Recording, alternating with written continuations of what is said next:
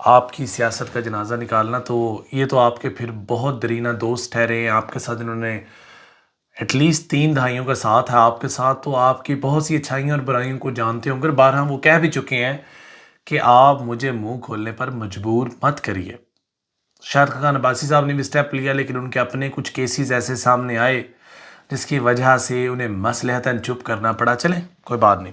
اچھا، شہباز گل صاحب بڑے دکھی ہیں۔ ایک جانب پی ٹی آئی کی بہت بڑی وکٹری تھی، ایک جانب گجرانوالہ سے بڑے بڑے لوگوں نے گرفتاریاں دی ہیں، منڈی بہاؤالدین کے کچھ نامور لوگ ہیں، پی پی 65 کے آئی گیس، انہوں نے بھی بڑا ریمارکیبل کام کیا ہے۔ بہت اعلیٰ لیول پہ لوگ اس وقت جو ہے نا کوششیں کر رہے ہیں، پی ڈی ایم کی حکومت کی کوشش ہے کہ کسی طرح لوگوں کو ڈرائیں، دمکائیں یا بٹھائیں یا ماریں یا جو بھی کرے، کس طرح سے اس وقت میدان خالی ہو، ایک ہائپ کریٹ کی جائے جس میں یہ ثابت ہو کہ جناب لوگ ڈر رہے ہیں۔ اس میں آپ نے دیکھا کہ ایس ایچ اوز نے خالی گھروں کے سامنے جا کے اناؤنسمنٹس کی اور وغیرہ وغیرہ وغیرہ۔ لیکن خیر، شہباز گل صاحب کہتے ہیں اس ہفتے تقریباً 1.5 دن کی مسافت طے کر کے بلوچستان جاؤں گا تاکہ وہاں پر موجود غداری اور بغاوت کے مقدمات کی عدالت کی کارروائی میں شامل ہو سکوں۔ بلوچستان وہ ضلع ہے جہاں پر ہر دوسرے فرد پر غداری کا مقدمہ لگتا ہے۔ تو چلے کوئی بات نہیں، آپ اکیلے نہیں ہوں گے یہاں پہ، آپ کو بڑے اپنے چاہنے والے مل جائیں گے یہاں پہ۔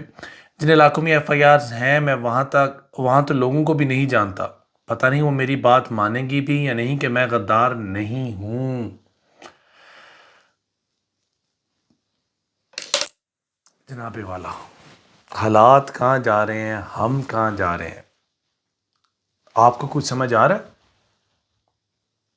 آپ کچھ سوچ رہے ہیں کہ معاملات یہاں پہ کس نہج پر چل رہے ہیں اور کس ڈگر پر چل رہے ہیں؟ اس ملک پاکستان میں اگر یہی حال رہا تو آنے والے چند سالوں میں ہر دوسرا شخص غدار ڈکلیئر ہوگا، اور ہر وہ شخص جو اس ملک پاکستان کے لیے درد رکھتا ہے اس کے لیے بہت زیادہ درد پیدا کیے جائیں گے۔ ہاں، let's come to the main point. Anchor Imran Riaz Khan صاحب، آئی پی ایل چل رہا ہے پاکستان کے اندر، سبھی دیکھتے ہیں ہم، بہت زیادہ لوگ اس کے شوقین بھی ہیں، دل دادا بھی ہیں، اور بہت زیادہ لوگ اس کو پسند بھی کرتے ہیں۔ اسی طرح اینکر عمران ریاض خان سن رکھا ہے کہ وہ میچ کے شوقین ہیں، میچ میں جا رہے تھے، دیکھنا چاہ رہے تھے، لیکن because of few security clearance issues in کو وہاں جانے سے منع کر دیا گیا۔ انہیں پہلے بولا گیا کہ آپ نہیں جا سکتے، سیکیورٹی کلیئرنس ہمیں لینی ہے، اس کے بعد ہم آپ کو اجازت دے دیں گے۔ کچھ وہاں پہ واقعات ایسے آئے کہ جو نہیں آنے چاہیے تھے، لیکن what's done is done, there is only we can talk. تو دھکم پیل ہوئی ہے جوانوں کے درمیان اور اینکر عمران ریاض خان کے ساتھ اور ان کی ٹیم کے ساتھ، لیکن ایسا ہونا نہیں چاہیے تھا۔ ان پہ ایلیگیشن جناب یہ تھی کہ وہ ماسک پہن کر جا رہے تھے شہید ارشد شریف کا۔ میں آپ کو ایک بات پریڈکٹ کرتا چلوں، یہ جس بات سے انہوں نے منع کیا نا، کل کو جو بھی میچ ہوگا آدھے سے زیادہ سٹیڈیم یہ ماسک پہن کر آنے والا ہے جناب۔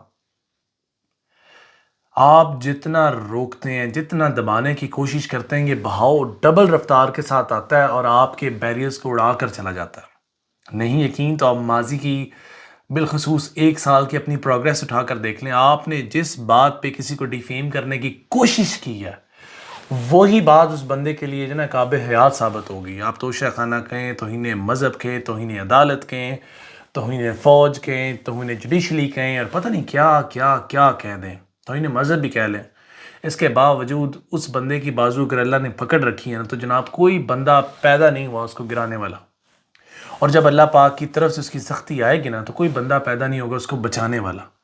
بظاہر لگ تو یہ رہا کہ اللہ پاک نے اس کو بچائے رکھا ہوا کسی مقصد کے لیے، آنے والے دن ڈیسائیڈ کریں گے یہ آپ کو درد کہاں سے ملے گا۔ باقی رہی بات ٹکر کے لوگوں کی، عمران ریاض خان صاحب کی، تو یہ بندہ بھائی بہت ڈٹرمنڈ ہے، بہت سٹبن ہے، بہت ضدی ہے، یہ آپ کی جان نہیں چھوڑنے لگا۔ اور یہ بھائی ارشد شریف کا جو قتل ہے، جب تک اس کا کوئی سراغ نہیں مل جاتا، جب تک اس کے قاتلوں کو سزا نہیں مل جاتی، اب یہ ماضی کا حصہ جو ہے نا یہ مستقبل میں بھی ہمارے ساتھ ساتھ چلے گا اور دیر پا چلے گا۔